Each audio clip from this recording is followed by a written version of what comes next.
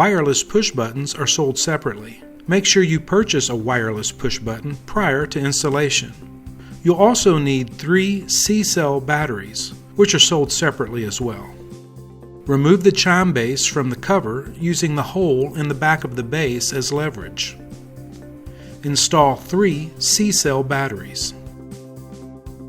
Temporarily, set the chime base near where you intend to install it. Press the Tune button to ensure sound.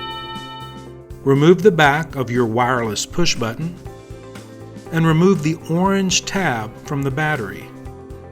Make sure the battery is properly seated after removing the orange tab. To sync your wireless push button to the wireless chime base, press the Sync button and release when you hear a double beep sound. Press the push button within 30 seconds. You'll hear another double beep sound from your chime base. This indicates the push button is synced. Again, press the push button and you'll hear the door chime sound, confirming the push button is properly synced. Take your wireless push button to the door where you intend to install it.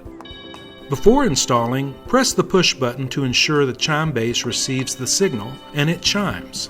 Once this is confirmed, you can install the push button. Use the supplied mounting screws or double-sided tape to attach the wireless push button to the desired wall or door frame.